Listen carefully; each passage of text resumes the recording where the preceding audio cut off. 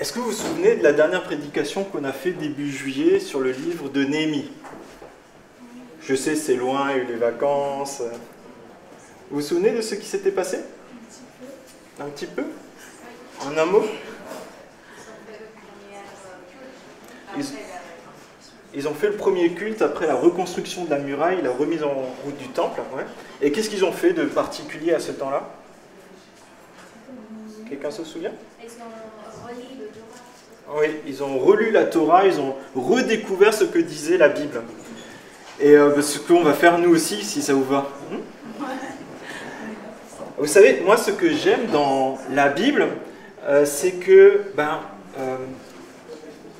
on y retrouve vraiment beaucoup de précisions géographiques, historiques. On sait que ça s'est passé dans telle ville, à tel endroit, à côté de tel rocher, à tel moment où c'était telle personne qui était, par exemple, le roi, le gouverneur, et ainsi de suite. Ça vous a déjà marqué, ça? Il n'y a que dans la Bible qu'on trouve ça. Et aussi, moi, ce qui me marque, c'est toute la cohérence qu'il y a dans la Bible. 66 livres, écrits par au moins 49 auteurs, des milliers de manuscrits qui nous restent, plus de 5000 sur le Nouveau Testament, qui sont tous cohérents.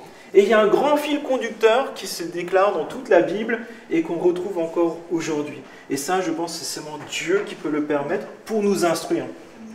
Mais aussi, moi, ce qui me parle beaucoup, c'est qu'on y trouve le récit de personnes authentiques, qui ont vécu parfois des situations joyeuses, parfois des situations difficiles, et aussi parfois des personnes qui se sont plantées, comme nous, à plusieurs reprises. Vous prenez même papa Abraham, il a fait des bêtises. Avec Sarah, il n'a pas toujours bien géré la situation. Vous regardez Pierre, il a renié Jésus, pas une fois, 3 fois. Et pourtant, à chaque fois, il s'est relevé. Et on y voit le récit de personnes qui ne sont pas des super-héros, mais des personnes qui sont authentiques. Et on y trouve, en fait, pas juste le récit de tout ce qu'ils ont fait de beau, mais aussi toutes les fois où ils se sont plantés, les fois où ils ont chuté. Toutes les fois où Dieu les a repêchés, leur a tendu la main. Et ça, c'est un encouragement pour moi. Je n'ai pas besoin d'être un super-héros, j'ai besoin d'être disciple de Jésus-Christ et de compter sur la fidélité de Dieu. Et ce qu'on va voir ce matin, c'est qu'on n'a pas besoin de jouer aux personnes parfaites. Tu n'as pas besoin de jouer à la personne parfaite. On n'a pas besoin en tant qu'Église de jouer à l'Église parfaite. On n'a pas besoin de faire des bonnes actions pour avoir bonne conscience. Et ce matin, on va découvrir quelque chose de particulier qu'on prêche rarement dans nos églises protestantes et en plus évangéliques.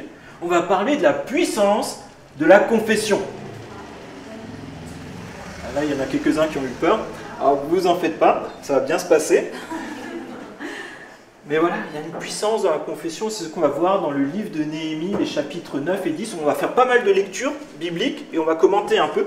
Donc, si vous avez votre Bible, gardez-la ouverte. On va suivre ça ensemble. Si vous n'avez pas de Bible, vous pouvez lever la main et quelqu'un de l'équipe d'accueil va vous en prêter une.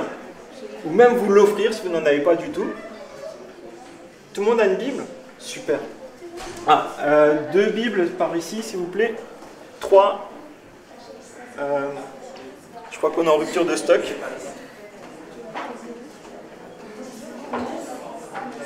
Il m'en faudrait 4 ou 5 en fait.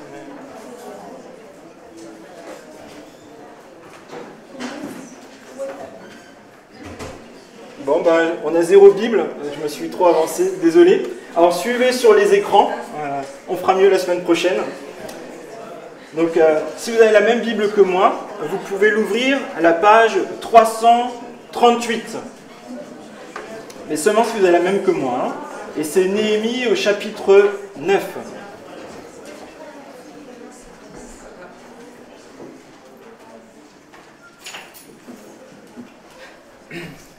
Et on va voir quelque chose ensemble. Je vous donne le plan. C'est la confession et la pratique pour connaître un réveil spirituel. Qui a envie de connaître un réveil spirituel? Soyons pratiques et soyons aussi à l'écoute de Dieu. On va voir qu'on va d'abord confesser la bonté de Dieu. On va confesser aussi notre arrogance. On va confesser la fidélité de Dieu. Et on va confesser notre volonté d'honorer Dieu. Et je vous propose de commencer la lecture. Donc Néhémie, chapitre 9, les premiers versets. le 24e jour du même mois, les Israélites se sont rassemblés pour un jeûne, habillés de sacs et couverts de poussière. Les Israélites de naissance se sont séparés de toutes les personnes d'origine étrangère et se sont présentés pour confesser leurs propres péchés, ainsi que les fautes de leurs ancêtres. Ils se sont levés, chacun à sa place, et ont lu dans le livre de la loi de l'Éternel, leur Dieu, pendant un quart de la journée. Pendant un autre quart, ils ont confessé leurs péchés et se sont prosternés devant l'Éternel, leur Dieu. Josué, Bani, Kadmiel, Shebenia, Buni, Sherebia, Bani et Kenenia sont montés sur l'estrade des Lévites et ont crié à pleine voix vers l'Éternel, leur Dieu. Puis les Lévites, Josué, Kadmiel, Bani, Ashbania, Sherebia, Odija, Shebenia et Petaja, ont dit, et là je pense qu'on peut le faire ensemble si vous êtes d'accord, levez-vous, bénissez l'Éternel votre Dieu. Il existe d'éternité en éternité. Que l'on bénisse son nom glorieux. Il dépasse ce que toute bénédiction et toute louange peut exprimer. Amen. Et c'est ce grand Dieu qu'on a adoré et qu'on continue d'adorer dans ce temps où on veut l'écouter aussi. Et alors, comme on l'a dit, le premier jour du mois, en fait, ils ont redécouvert le message de la Bible. Ils ont lu l'intégralité des premiers livres de la Bible et ils ont une conviction forte que leur vie ne correspond pas à ce que Dieu attend d'eux. Ça ne correspond pas à toutes les bonnes choses que Dieu a préparées pour eux. Et là, ils ont une conviction qu'on appelle une conviction de péché. Leur vie, ça ne va pas. Ils passent à côté de la cible. Ils passent à côté des bonnes choses que Dieu a prévues pour eux. Et on les voit qui sont en train de pleurer en disant « Mais on est passé à côté ». Et les prêtres passent, ils leur disent « Non, ne pleurez pas, réjouissez-vous, mangez, réjouissez-vous ». Parce que ça fête des cabanes, on fête la libération de l'esclavage d'Égypte. On fête aussi d'une certaine façon la libération du péché. Mais ils n'ont pas oublié. Et là, ils organisent une seconde cérémonie qui se déroule 24 jours plus tard. Pourquoi ? Ils sont venus spécialement pour confesser leur propre péché et celui de leurs ancêtres. Et c'est ça leur programme. Alors, on va peut-être pas faire ça aujourd'hui, mais 3 heures de lecture de la Bible, 3 heures de confession des péchés, 3 heures d'adoration. C'est un beau programme. Et on les voit qui arrivent avec des sacs de cendres pour montrer leur humiliation, leur tristesse par rapport à leur désobéissance à Dieu. Donc la semaine prochaine, il faudrait venir avec des sacs et de la cendre. Qu'est-ce que vous en pensez ? On pourrait, l'équipe de ménage nous en voudrait beaucoup, je pense. Mais que dit Jésus de cela ? Est-ce qu'il faut montrer qu'on est triste il faut le montrer à qui, au fait ? Que dit Jésus ? Matthieu, chapitre 6, verset 17. Mais quand tu jeûnes, parfume ta tête, lave ton visage, afin de ne pas montrer aux hommes que tu jeûnes, mais à ton Père qui est là dans le lieu secret. Et ton Père qui voit dans le secret te le rendra. Jésus, là, en fait, il est en train de nous mettre en garde, pas sur le fait de prendre des sacs ou pas, mais il est en train de dire, attention à la fausse piété. Une piété qui serait dirigée sur le fait d'être vu par les autres. De dire, ah, celui-là, il est très, très spirituel, hein, c'est un hypraspi. Non, c'est pas ça. Ou alors de faire des choses pour se donner simplement bonne conscience. C'est pas ça l'idée. J'ai trouvé cette définition dans un dictionnaire, qui n'est pas chrétien, mais il dit « Piété est un terme signifiant une dévotion ardente et sans faille à Dieu, dans le respect des croyances et des traditions religieuses. » La personne qui a écrit ça, je ne sais pas si elle est chrétienne ou pas, mais peut-être elle a mieux compris que ce que c'est la piété que nous. Qu'est-ce que vous en pensez ? Une dévotion ardente et sans faille. Le désir de respecter Dieu. Et c'est vrai que la vraie piété, elle est exclusivement dirigée vers Dieu. On peut la vivre dans l'intimité, comme c'est écrit là, dans le secret, dans sa chambre. Mais on peut aussi très bien le vivre collectivement, dans notre église, dans l'unité ensemble. Mais rappelons-nous que si nous sommes là aujourd'hui, ce matin, c'est pour honorer Dieu, adorer Dieu. On veut lui livrer nos cœurs. Et là, il est question de confesser ses péchés. Et moi, ce qui m'a marqué, c'est qu'ils sont là pour confesser leurs propres péchés. Ils ont quand même pris le temps de souligner propres péchés. Et c'est vrai que je me dis, mais combien de fois on est meilleur à confesser les péchés du voisin? Et c'est vrai que dans nos églises protestantes, évangéliques, on a parfois un peu de mal avec la question de la confession, parce que ça nous rappelle un peu notre histoire avec l'église catholique, et parfois on n'est pas trop à l'aise avec ça. Mais je pense qu'on a besoin de trouver le fondement biblique qui appuie la confession. Il y a ce passage dans Néhémie, mais dans le Nouveau Testament, il en est aussi question, dans l'épître de Jacques, verset 16. « Confessez donc vos péchés les uns aux autres, et priez les uns pour les autres, afin que vous soyez guéris. La prière fervente du juste a une grande efficacité. » C'est quelque chose de biblique et on a déjà entendu des témoignages de personnes qui parfois étaient souffrants, qui avaient des fardeaux, qui avaient des maladies. Et finalement, ils ont déposé les choses devant Dieu. Ils ont dit, ça ne va pas dans ma vie, c'est pas ce que tu veux pour moi. Je ne veux plus vivre ça, je veux vivre pour toi, ceux qui t'honorent. Et c'est des personnes qui ont vécu des guérisons intérieures, psychologiques, émotionnelles, même physiques. Il y a une puissance dans le fait de se confesser à Dieu. Et c'est quelque chose qu'on peut vivre ensemble pour s'encourager en cela. Et il n'y a pas besoin d'un prêtre, d'un pasteur, d'un curé ou je ne sais pas trop quoi. Non, il y a besoin de frères et de sœurs de confiance. Des personnes avec qui on peut parler. Et c'est pour ça que dans notre église, ce qu'on encourage, c'est à former des groupes qu'on appelle des groupes de croissance spirituelle. C'est-à-dire 2 hommes qui se rencontrent régulièrement, 2 femmes qui se rencontrent régulièrement pour lire la Bible ensemble, échanger sur ce que ça leur apporte, prier, et s'il y a cette confiance qui est là, aussi parler des succès, mais aussi des chutes. Prier les uns pour les autres. C'est biblique. Après, c'est vrai que parfois, il y a des choses qui sont plus lourdes, ou peut-être la personne avec qui vous êtes, elle n'est peut-être pas en capacité de l'entendre. Mais là, vous pouvez aussi demander, par exemple, à parler à un ancien ou au pasteur. Là aussi, vous avez une garantie complémentaire en fait, de confidentialité aussi. Mais ne restez pas avec un fardeau pendant des mois, des années, des semaines sans rien dire. Vous êtes en train de souffrir seul dans votre coin, de vous éteindre spirituellement.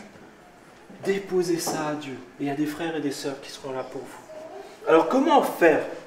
C'est ce qu'on va découvrir dans ce texte. On a déjà vu qu'on veut fixer nos regards sur Dieu. Et c'est ce qu'on voit dans le verset 6. « C'est toi, Éternel, c'est toi seul qui as fait le ciel, les cieux des cieux, et toute leur armée, la terre et tout ce qu'elle porte, les mers et tout ce qu'elle contient. C'est toi qui donnes la vie et tout cela, à tout cela. Et les corps célestes se prosternent devant toi. C'est toi, Éternel Dieu, qui as choisi Abraham, et qui l'a fait sortir d'Ur en Chaldée, et qui l'a appelé Abraham. Tu as trouvé son cœur fidèle devant toi, et tu as fait une alliance avec lui. Tu as promis de donner à sa descendance le pays des Cananéens, des Hittites, des Amoriens, des Phérésiens, des Jébusiens et des Girgasiens. Et tu agis de façon à respecter ton engagement, car tu es juste. Tu as vu la souffrance de nos ancêtres en Égypte. Tu as entendu leurs cris au bord de la mer des roseaux. Tu as accompli des signes et des prodiges contre Pharaon, contre tous ses serviteurs, contre toute la population de son pays, parce que tu savais quelle arrogance il les traitait. Et tu t'es ainsi fait la réputation qui est la tienne aujourd'hui. Tu as fendu la mer devant eux, et ils l'ont traversée à pied sec, tandis que tu précipitais leurs poursuivants au fond de l'eau, pareil à une pierre engloutie par des flots impétueux. Tu les as guidés le jour par une colonne de nuée, et la nuit par une colonne de feu, et qui éclairait pour eux le chemin qu'ils devaient suivre. Tu es descendu sur le mont Sinaï, tu leur as parlé du haut du ciel, et tu leur as donné des règles justes, des lois conformes à la vérité, des prescriptions et des commandements excellents. Tu leur as fait connaître ton saint sabbat, et tu leur as prescrit par l'intermédiaire de ton serviteur Moïse des commandements, des prescriptions et une loi. Tu leur as donné du pain venu du ciel pour apaiser leur faim. Tu as fait sortir de l'eau du rocher pour étancher leur soif. Tu leur as ordonné d'entrer en possession du pays que tu avais juré de leur donner. Waouh! C'est ce Dieu-là que que tu as chanté ce matin. Amen. C'est ce Dieu-là qui a accompli toutes ces choses puissantes. Et ce matin, si tu n'as jamais lu l'Ancien Testament, là, tu as un méga résumé de tout ce qui s'est passé. Et il a pourvu même à de l'eau. Est-ce que quelqu'un pourrait pourvoir à de l'eau pour moi aussi, s'il vous plaît? Mais cette prière, c'était pas une blague, c'est vrai que... Est-ce que je peux avoir de l'eau? Sinon, je ne suis pas sûr d'arriver au bout. Merci beaucoup. Et cette prière, en fait, c'est quoi le thème principal?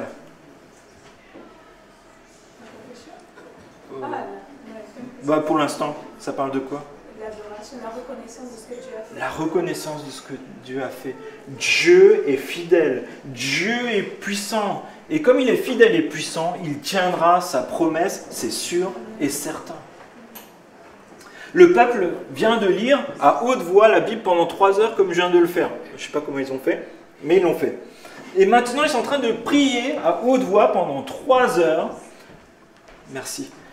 Et ils sont imprégnés de ceux qui viennent de découvrir dans la Bible. Ils viennent de voir la création de l'univers, l'appel d'Abraham, cette alliance que Dieu conclut avec Abraham, ses descendants, et pour toutes les nations. Et nous, ici, aujourd'hui aussi, on en bénéficie encore. La sortie d'Exode, de l'esclavage, la révélation de la loi sur le mont Sinaï, où Dieu se révèle et donne l'étape de la loi. Et aussi cette provision et cette abondance que Dieu donne même dans un désert. Ce Dieu-là, il est encore là. Il est pareil. Dans ton désert, il te donne encore de la provision. Et c'est pour ça que je nous invite vraiment à prier selon la Bible. C'est une puissance énorme d'ouvrir la Bible, de lire un texte comme celui-ci et de dire « Moi aussi, je crois ça.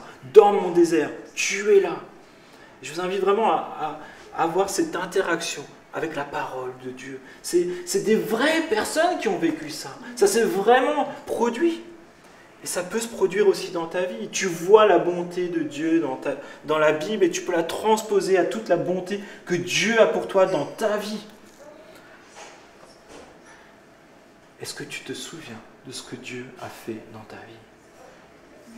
Est-ce que tu te souviens de moments forts, comme c'est décrit là, où Dieu est intervenu dans ta vie, où il est venu te chercher pour te dire « Je veux que tu sois mon enfant, je veux te connaître, je veux que tu me connaisses. » Saisis la main.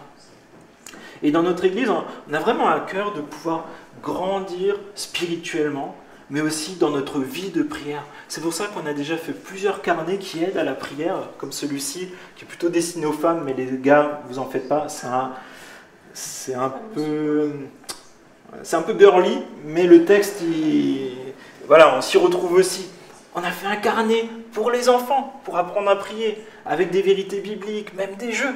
On l'a fait avec des personnes de l'Église, parce qu'on veut s'encourager les uns les autres à être une Église qui prie, une Église qui fait confiance à Dieu. Et j'ai de bonnes nouvelles pour vous. Vous pouvez les trouver à la librairie à prix cassé aujourd'hui. Parce qu'on veut être une Église qui prie. On veut des enfants qui prient, on veut des femmes qui prient, et même des hommes qui prient. Et vous voyez, la première étape dans la prière, toujours, mais aussi dans la confession, ça va être la reconnaissance de la bonté de Dieu. Ce que Dieu a fait, ce Dieu qui est puissant. Et aussi qu'on doit rendre des comptes à Dieu, c'est ce qu'on va voir. Mais on veut d'abord confesser la bonté de Dieu dans notre vie. La bonté de Dieu dans l'histoire de l'humanité. Et après, il est question de confesser notre arrogance. C'est ce qu'ont fait les Israélites pour tous leurs ancêtres, mais pour eux aussi, parce qu'ils se sont rendus compte qu'ils n'étaient pas mieux que leurs ancêtres. Et donc, verset 16. Et je vous invite vraiment à réfléchir sur cette prière. Dieu est fidèle, même dans nos infidélités. Amen. Dieu est fidèle, même dans nos infidélités. Verset 16. Cependant, eux qui étaient nos ancêtres, ils ont fait preuve d'arrogance et se sont montrés réfractaires. Ils n'ont pas écouté tes commandements et ont même refusé d'obéir. Ils ne se sont pas souvenus de tes merveilles, celles que tu avais accomplies en leur faveur, et se sont montrés réfractaires dans leur révolte. Mais ils se sont donné un chef pour retourner à l'esclavage. Mais toi, tu es un Dieu prêt à pardonner. Tu fais grâce et tu remplis de compassion. Lent à la colère, riche en bonté, tu ne les as pas abandonnés. Non, tu ne les as pas abandonnés. Même quand ils se sont fait un veau en métal fondu et ont dit « Voici tes dieux qui t'ont fait sortir d'Égypte », commettant ainsi l'acte le plus insultant contre toi. Mais toi, dans ton immense compassion, tu ne les as pas abandonnés dans le désert. La colonne de nuée n'a pas cessé de les guider sur le bon chemin pendant le jour, ni la colonne de feu les éclairer pendant la nuit, pour leur montrer le chemin qu'ils devaient suivre. Tu leur as donné ton bon esprit pour les rendre sages et tu ne les as pas privés de ta manne. Et tu as continué de leur fournir de l'eau pour étancher leur soif. Pendant 40 ans, tu as pourvu à leurs besoins dans le désert, sans qu'ils manquent de rien. Leurs vêtements ne se sont pas usés, leurs pieds n'ont pas enflé. Tu leur as donné des royaumes et des peuples que tu leur as attribués comme des régions frontalières. Ils ont ainsi pris possession du pays de Sion, le roi de Heshbon, ainsi que le roi d'Og, le roi de Basan. Tu as rendu leurs fils aussi nombreux que les étoiles du ciel et tu les as fait rentrer dans le pays dont tu avais promis à leurs ancêtres qu'ils prendraient possession. Leurs fils y sont entrés et ont pris possession. Tu as humilié ses habitants, les Cananéens, devant eux et tu les as livrés entre leurs mains avec leurs rois et les peuples du pays et qu'ils les traitent selon leur bon plaisir. Ils se sont emparés de villes fortifiées, de terres fertiles, ils ont pris possession de maisons remplies de toutes sortes de biens, de citernes déjà creusées, de vignes, d'oliviers, d'arbres fruitiers déjà nombreux. Ils ont mangé à satiété au point même de grossir. Ils ont vécu dans les délices grâce à ta bonté. Pourtant, ils se sont soulevés et révoltés contre toi. Ils ont délibérément ignoré ta loi. Ils ont tué tes prophètes, ceux qui les avertissaient pour les faire revenir à toi, et ont commis les actes les plus insultants contre toi. Alors, tu les as livrés entre les mains de leurs adversaires qui les ont opprimés. Cependant, une fois dans la détresse, ils criaient vers toi, et toi, tu les écoutais du haut du ciel. Conformément à ta grande compassion, tu leur accordais des libérateurs qui les suivaient et qui les sauvaient de leurs adversaires. Mais une fois le repos retrouvé, ils recommençaient à faire ce qui est mal devant toi.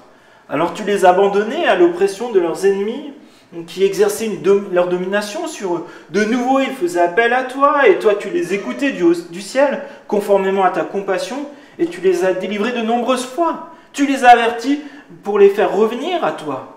Mais eux, ils ont fait preuve d'arrogance. Ils n'ont pas écouté les commandements. Ils ont péché contre tes règles alors qu'elles font vivre l'homme qui les met en pratique. Ils se sont montrés rebelles et réfractaires. Ils n'ont pas obéi. Tu as fait preuve de patience envers eux de nombreuses années durant et tu les as avertis par ton esprit, par l'intermédiaire de tes prophètes. Et ils n'ont pas prêté l'oreille. Alors, tu les as livrés entre les mains des populations étrangères. Dans ta grande compassion, cependant, tu ne les as pas exterminés, tu ne les as pas abandonnés, car tu es un Dieu de grâce et de compassion.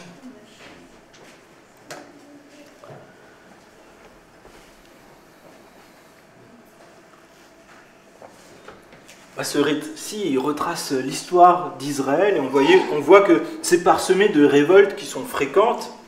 Même dans le désert, ils se sont constamment rebellés contre Dieu, alors que Dieu, chaque jour, il pourvoyait, il faisait tomber le pain, il trouvait de l'eau pour eux. Ils conquièrent un pays qui était habité selon eux par des géants, Dieu leur donne. À l'époque des juges, à chaque fois qu'ils trouvent le repos, ils se détournent de Dieu. Et quand on les avertit, ils tuent les prophètes.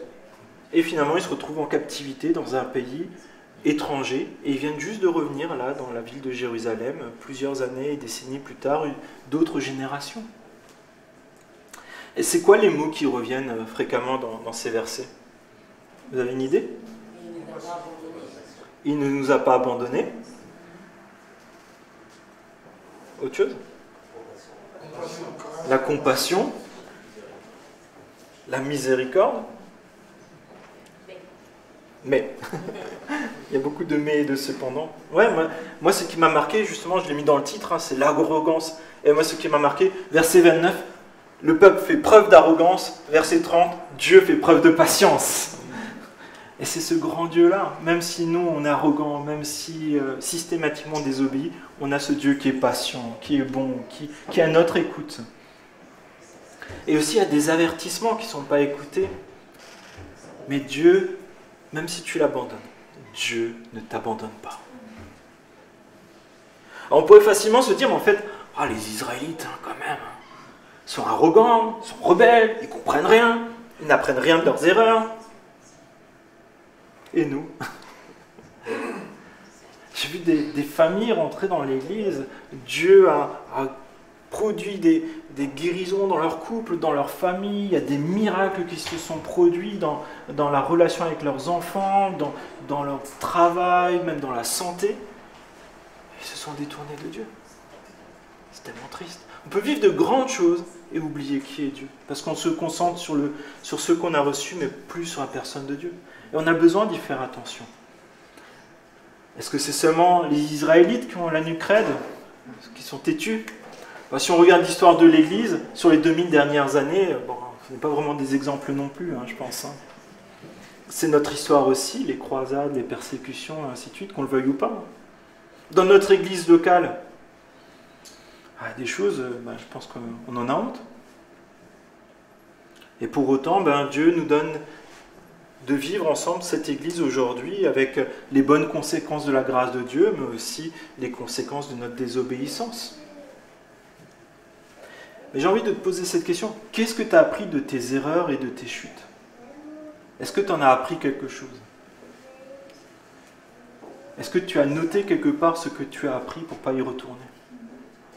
Alors moi, ce que je vois déjà dans ce texte, je vais juste soulever quelques points et je pense que ça va nous parler. Donc, je cible personne. Voilà, c'est dit. Mais as-tu oublié les merveilles de Dieu dans ta vie? Est-ce que tu consultes la parole de Dieu pour prendre des décisions? Ou est-ce que tu fais finalement comme tout le monde, le voisin il fait pareil? Ou alors est-ce que tu cherches toujours une révélation super spécifique pour toi sur quoi est-ce qu'il faut que tu fasses demain? Ouvre la Bible, ça te donnera déjà le cadre de ce que Dieu attend de toi. Une fois il y a quelqu'un qui est venu me voir et me disait, mais Sylvain, moi je vis vraiment des choses super fortes avec Dieu. Quand je prie, là je cherchais pendant 3 semaines un shampoing qui m'irait bien. Et un jour, je passe dans le rayon, il y a un shampoing qui tombe devant moi et c'était le shampoing qu'il me fallait. Je lui dis, et t'en es où dans ta vie d'église? Dans la Bible, il n'y a pas écrit que tu devrais fréquenter une assemblée. Là, elle était moins à l'aise. Parfois, on cherche des choses tellement exceptionnelles sur du détail, sur du confort, alors qu'en fait, Dieu nous donne des bonnes choses pour notre quotidien, pour grandir dans notre foi. Bon, je vous rassure, elle ne s'était pas arrêtée de se laver la tête. Parfois, on me pose la question, est-ce qu'il faut vraiment que je me fasse baptiser? Qu'est-ce que dit Jésus?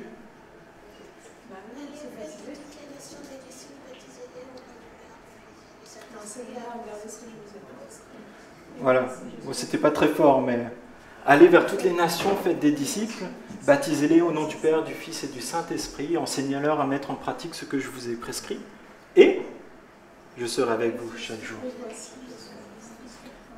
J'ai une question aussi, est-ce que tu as un veau d'or? Un veau d'or, c'était dans le texte, pour ceux qui ont suivi.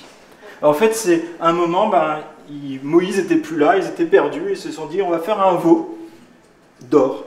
Et ça va représenter une certaine facette de Dieu. Et comme ça, l'avantage, c'est qu'il est sur roulette, on peut l'emmener où on veut, ce Dieu-là. C'est plus facile à diriger ce chariot et finalement d'emmener Dieu là où on veut, plutôt que de suivre une colonne de nuées et de feu. Et moi, la question que j'ai envie de nous poser à chacun, c'est, veux-tu servir Dieu ou veux-tu un Dieu qui te serve? Veux-tu aller là où Dieu t'emmène ou veux-tu emmener Dieu là où tu veux? C'est une question fondamentale pour un disciple de Jésus-Christ. Est-ce que tu es fâché avec Dieu? Est-ce que tu as besoin de te réconcilier avec Dieu? Est-ce que tu râles contre Dieu, l'Église, les responsables? Oh, peut-être pas toi. Mais si quelqu'un vient te voir en chuchotant, avec des critiques, du râlage, qu'est-ce que tu lui dis? Est-ce que tu lui dis stop, c'est pas conforme à ce que la Bible nous enseigne? Est-ce que tu écoutes les avertissements? Les Israélites, ils ont tué leurs prophètes parce que ça ne les arrangeait pas ce qu'ils leur disaient. Mais toi, quand quelqu'un t'appelle à revenir à Dieu, est-ce que tu l'évites? Fais-tu des compromis pour prendre des raccourcis pour ton confort personnel? Te sens-tu concerné par des situations dans ta vie qui ne sont pas conformes à ce que Dieu a de bon pour toi? Voler, mentir, tromper, l'immoralité sexuelle, le concubinage. Es-tu compatissant envers ceux qui luttent contre le péché? Est-ce que Dieu, lui, il est compatissant envers toi quand tu luttes contre le péché et envers les personnes qui luttent contre le péché? Est-ce que tu as déjà pensé, heureusement que je ne suis pas comme elle quand même? Est-ce que dans sa situation, est-ce que je m'installerai dans l'église? Est-ce que je prendrai une chaise pour m'installer dans l'église? Jésus il parle de ça justement. Et ça nous ramène vraiment à l'humilité. Luc 18, verset 9. Il dit encore cette parabole à l'intention de certaines personnes qui étaient convaincues d'être justes et qui méprisaient les autres. 2 hommes montèrent au temple pour prier. L'un était un pharisien, l'autre un collecteur d'impôts. Le pharisien était debout et faisait cette prière en lui-même. « Oh Dieu, je te remercie de ce que je ne suis pas comme les autres hommes qui sont voleurs, injustes, adultères ou même comme ce collecteur d'impôts. Je jeûne 2 fois par semaine et je donne la dîme de tous mes revenus. » Le collecteur d'impôts, lui, se tenait à distance et il n'osait même pas lever les yeux vers le ciel. Il regardait ses chaussures.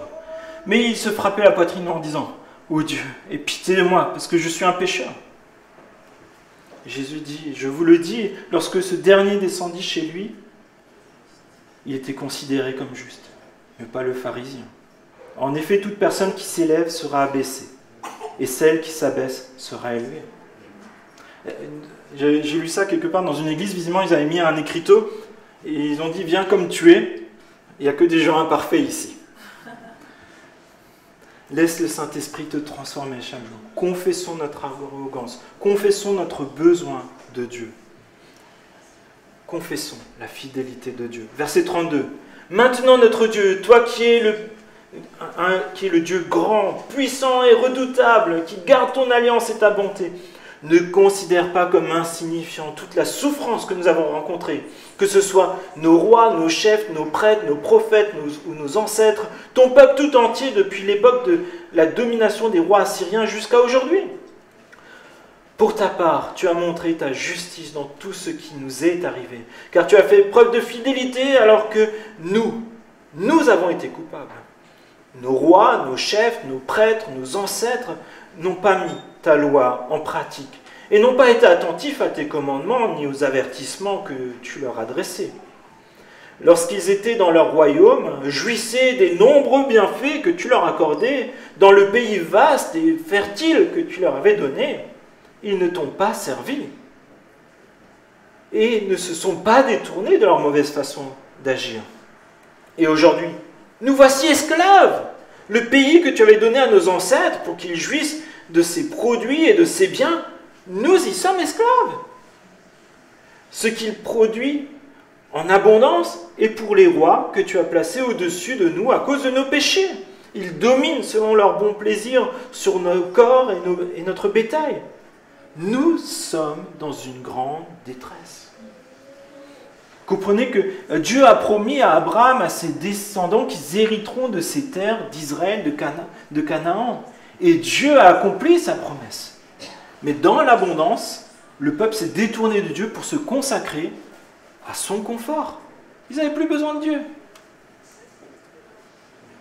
Et ce matin, je nous interroge. Est-ce que le temple de Dieu, il est dans ton cœur? Je ne parle pas d'un bâtiment. Je parle de Dieu. Je parle des frères et sœurs. Est-ce que dans ton cœur, il est en bon état? Et pour cela, Dieu, pour les ramener à la réalité, il a brisé les fausses croyances. Des fausses croyances de sécurité, de puissance, d'abondance. Ils pensaient qu'ils s'en sortaient par eux-mêmes. Mais Dieu leur a rappelé que c'est lui qui pourvoit. Dieu a permis que les autres nations les envahissent et profitent de leur travail et des cadeaux que Dieu leur avait donnés. Et la conclusion qu'ils font, c'est « Sans Dieu, nous sommes dans une grande détresse. » Mais il y a une bonne nouvelle. Malgré nos infidélités, Dieu est fidèle envers ceux qui se tournent vers lui, ceux qui attendent ce grand libérateur qu'est Dieu. Et ce matin, je ne sais pas dans quel état tu es arrivé dans l'église pour ce temps qu'on passe ensemble, Mais là, dans ta détresse, si tu es dans la détresse, tu peux confier ton besoin à Dieu. Tu peux faire le choix d'ouvrir ta Bible, de te mettre à l'écoute de Dieu. Tu peux voir des personnes qui ont vécu des situations difficiles, qui se trouvent dans la Bible, mais aussi à côté de toi. Et qui, à un moment de leur vie, ont fait ce même choix de dire « Je fais confiance à Dieu. Je veux vivre son abondance. » Parce que Dieu est fidèle. Il est bon. Il pardonne. Il fait grâce. Et c'est le seul fondement sur lequel tu peux t'appuyer avec assurance. Dieu est avec toi. Et tu peux confesser la fidélité de Dieu. Et il y avait un homme, il venait de refaire une allée devant chez lui, une allée en béton. Et donc le béton était frais, il venait de bien le lisser pour que tout soit nickel, vous voyez, pour les perfectionnistes. Pas un truc qui dépasse, tout nickel. Puis il est satisfait de son travail, il rentre à la maison, et là il se fait un bon petit café, il le boit. Et puis là, il regarde par la fenêtre et il voit un petit garçon qui est en train de sauter dans son béton. Et il sort et il hurle de colère sur le garçon, mais pas juste un peu quoi, violemment. Le petit garçon part, il relisse son béton et sa femme lui dit « Mais c'est toi qui dis toujours que tu aimes les petits enfants. Pourquoi tu as hurlé aussi violemment dessus ?» Et le mari, là, il lui répond « J'aime les petits garçons dans l'abstrait, mais je les aime pas dans le béton.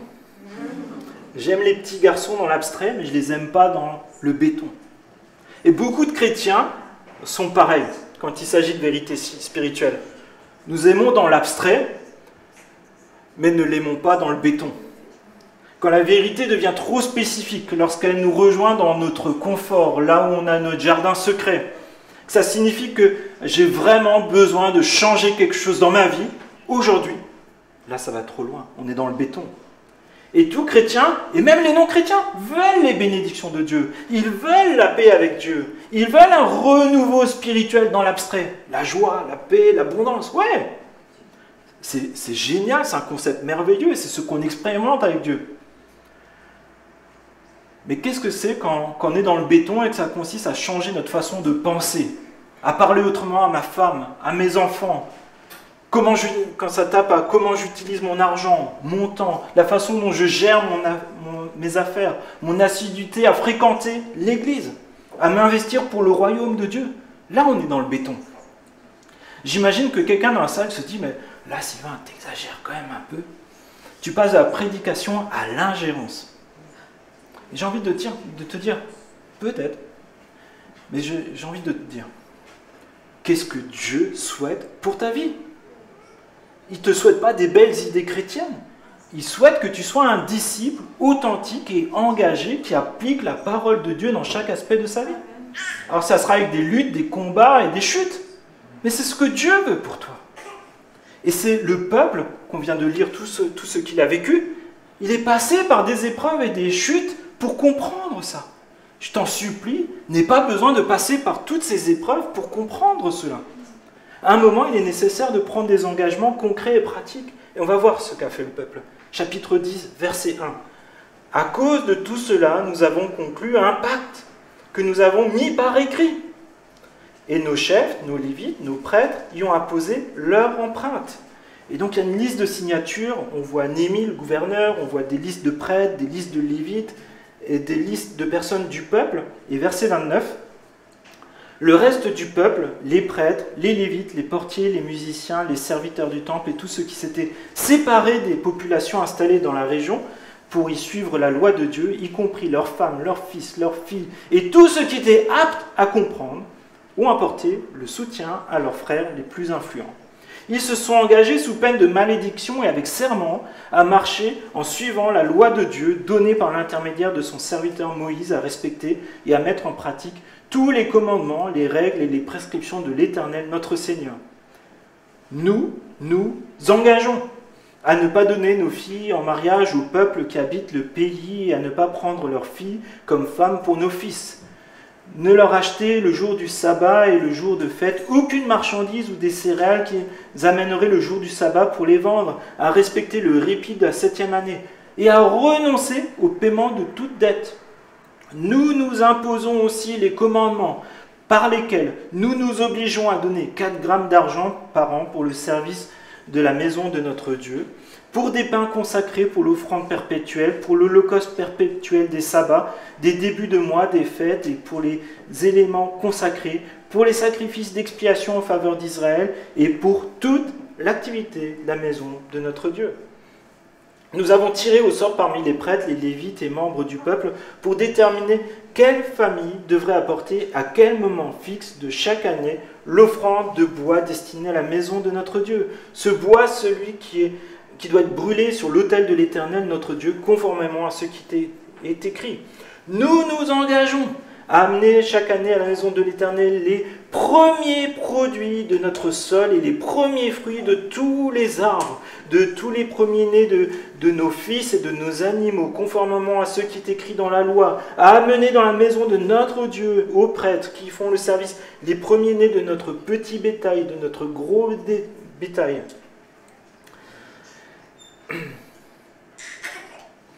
Verset 39, le prêtre en service issu d'Aaron devra accompagner les Lévites lorsqu'ils prélèveront la dîme, ceux qui devront apporter la dîme de cette dîme à la maison de notre Dieu dans la salle des maisons du trésor.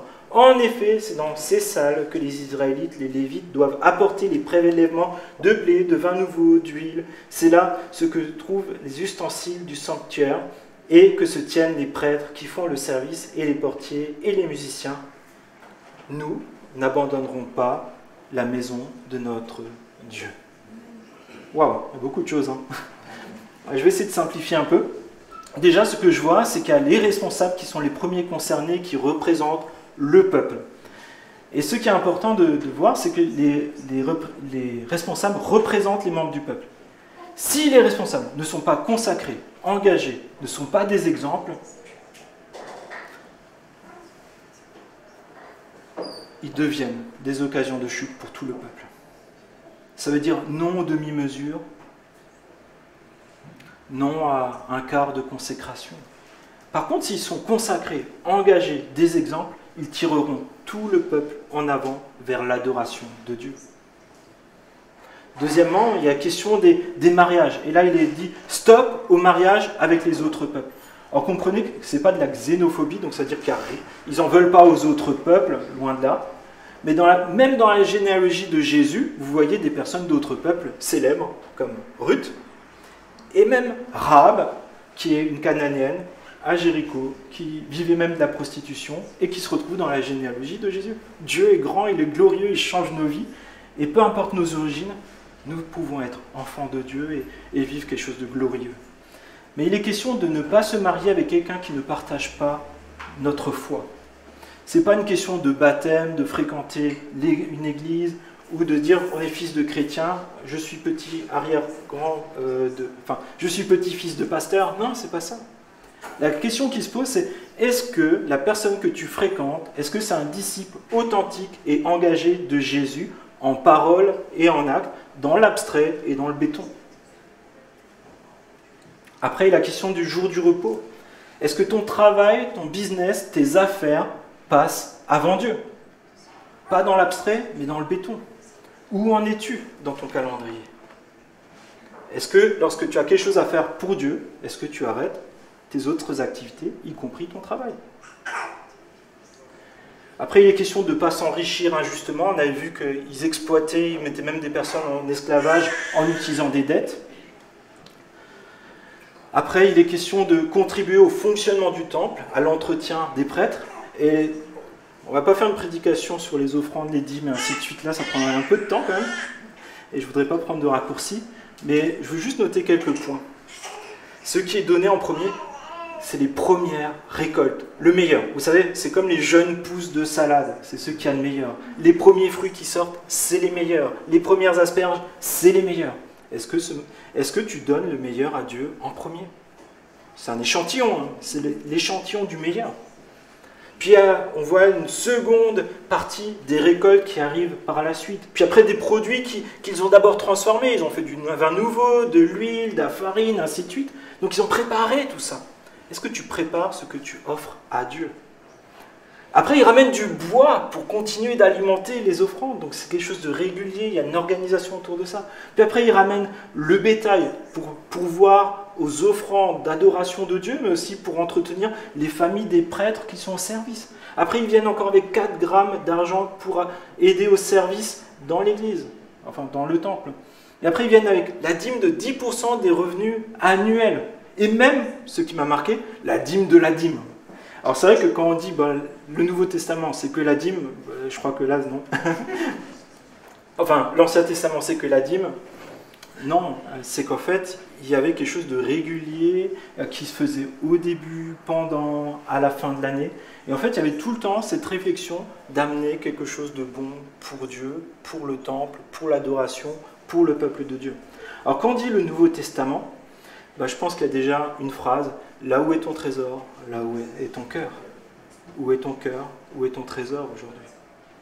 Et je vais simplement juste lever quelques vérités, parce qu'on n'a pas le temps de rentrer dans le détail, là, mais 1 Corinthiens 16, versets 1 et 2. En ce qui concerne la collecte en faveur des saints, faites vous aussi, comme je l'ai prescrit aux églises de Galatie, que chacun de vous, le dimanche, mette de côté chez lui ce qu'il pourra, en fonction de ses moyens, afin qu'on n'attende pas mon arrivée pour récolter vos dons.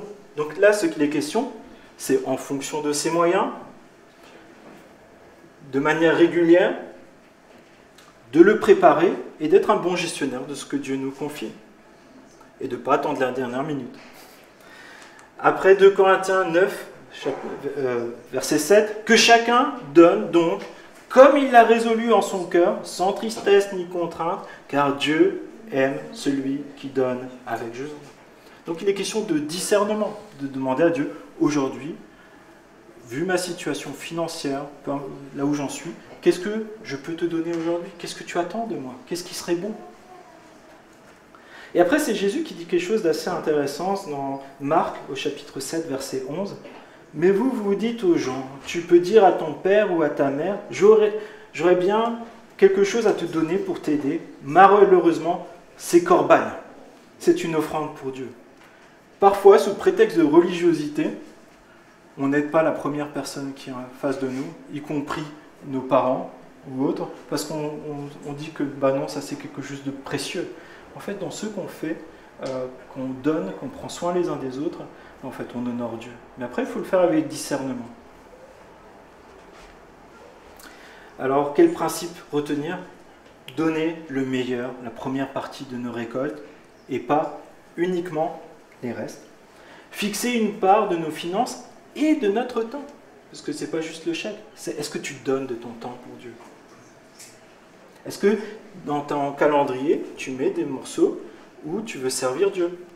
Ou est-ce que c'est, finalement il me reste 1 heure quelque part, pourquoi pas la donner à Dieu?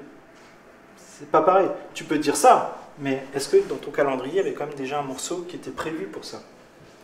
Et je pense que dans ce dernier verset avec Jésus, ne pas rentrer dans des calculs pour se donner de la bonne conscience, mais demander à Dieu de la sagesse pour bien administrer ce qu'il nous confie et d'être à l'écoute du Saint-Esprit.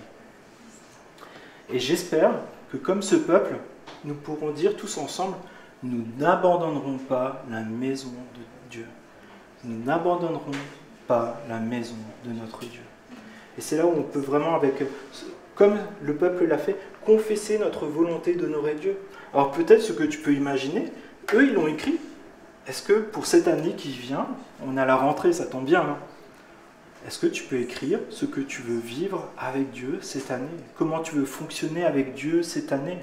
Est-ce qu'il y a des choses qui ne correspondent pas à ce que Dieu te demande dans la façon de fréquenter la vie d'église, dans la façon de gérer tes finances, dans la façon de gérer ton calendrier, dans peut-être un péché sur lequel tu luttes?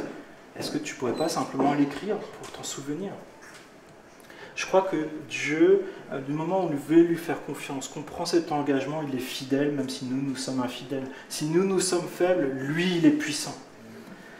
Et on veut vraiment se rappeler que Jésus, il est venu à notre rencontre pour que justement on n'ait pas le poids d'avoir des listes de choses à faire, à penser et autres, en se disant, voilà, maintenant tout est fichu pour moi. Non, nous vivons dans la grâce, nous pouvons compter sur Dieu pour que le Saint-Esprit nous transforme chaque jour à l'image de Dieu et que vraiment ça soit ses pensées qui habitent en nous. Et je vous invite à la prière. Oui, Père, je te remercie parce que c'est vrai que ce texte nous rappelle que nous pouvons te confesser. Nous pouvons te confesser comme Dieu au-dessus de toute autre activité, au-dessus de tout autre souci. Nous pouvons nous rappeler que tu es ce Dieu qui est puissant, qui est bon, qui est fidèle. Et nous voulons aussi nous rappeler que nous chutons, et de manière régulière, mais que tu es fidèle. Et nous te prions, s'il te plaît, que nous puissions marcher de progrès en progrès avec la force et la joie que tu nous donnes. Que ton Saint-Esprit nous donne les convictions pour aller de l'avant, nous donne la force pour cela. Je te prie aussi qu'en tant qu'Église, nous nous encouragions à aller de l'avant, à te mettre en premier dans notre vie personnelle, notre vie de famille, notre vie d'Église. Je te prie, s'il te plaît, que nous ne soyons pas des petits joueurs, Seigneur. On te prie, s'il te plaît, d'être des disciples authentiques, engagés, qui vivent pour toi, s'il te plaît. Et je te prie, s'il te plaît, que ça puisse se constater de manière pratique dans notre quotidien, avec vraiment cette volonté de t'adorer, de t'honorer dans tous les aspects de notre vie, et de vraiment te confier les zones où peut-être parfois on se dit c'est notre jardin secret, c'est notre zone de confort. Mais nous savons que ce qui est de meilleur, ça vient de toi. Nous pensons vraiment et nous te déclarons que tu es le meilleur pour nous. Et je te prie, s'il te plaît, que tu nous aides chacun à te faire confiance et à compter sur ta fidélité, ta grâce, ton pardon, ton amour, et que nous puissions être vrais envers toi, vrais les uns envers les autres. Je te prie ainsi dans le nom de Jésus. Amen. Bonne fin de culte à vous. N'hésitez pas à vous désaltérer aussi. Et puis bon dimanche. Et puis bonne semaine.